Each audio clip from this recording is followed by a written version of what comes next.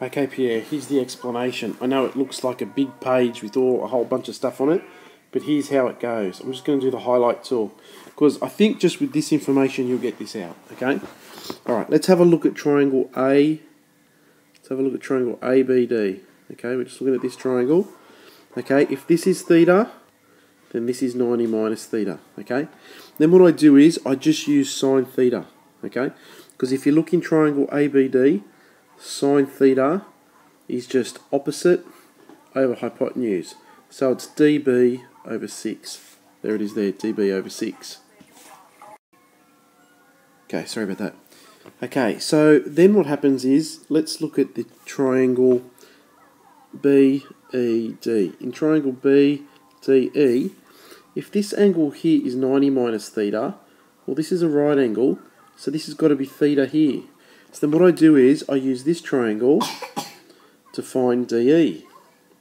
Okay, so if you look at this angle theta here, well, I found BD already, and BD is 6 sine theta.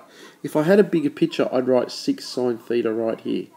Okay, anyway, let's do DE. If I look at DE, I've got theta, opposite, hypotenuse. So in triangle BDE, I've got sine theta equals DE over 6 sine theta, because that's what DB is.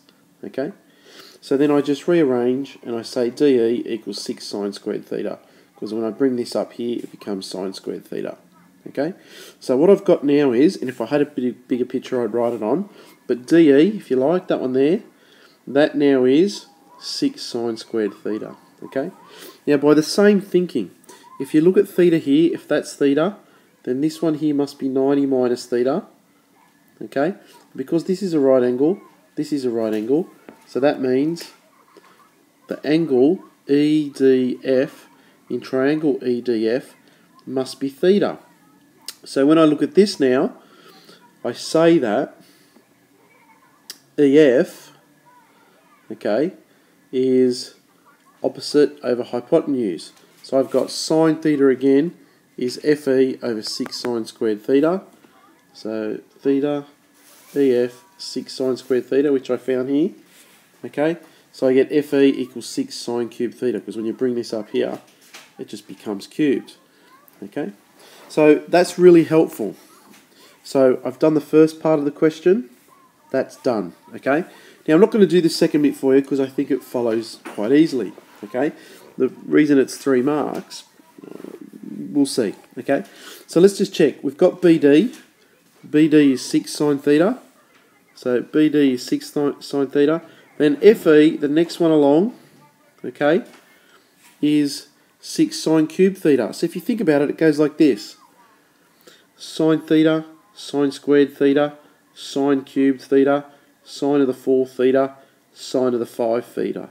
Okay, so if you look at GH, it's sine to the 5 theta, and I've just written that there for you. Okay, alright, now I'm going to go to a new page and see if I can work out what the limiting sum is. Okay, and I'm not going to do this for you, I'm just going to start it for you because I think you'll get the rest of it. Okay, thinking.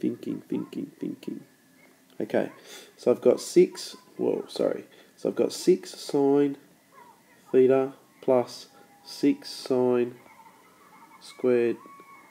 cubed theta plus 6 sine to the 5 theta plus ... So it's a limiting sum. So here's what we know. We know the first term A is 6 sine theta, and we know R is, every time we're multiplying by, sine squared.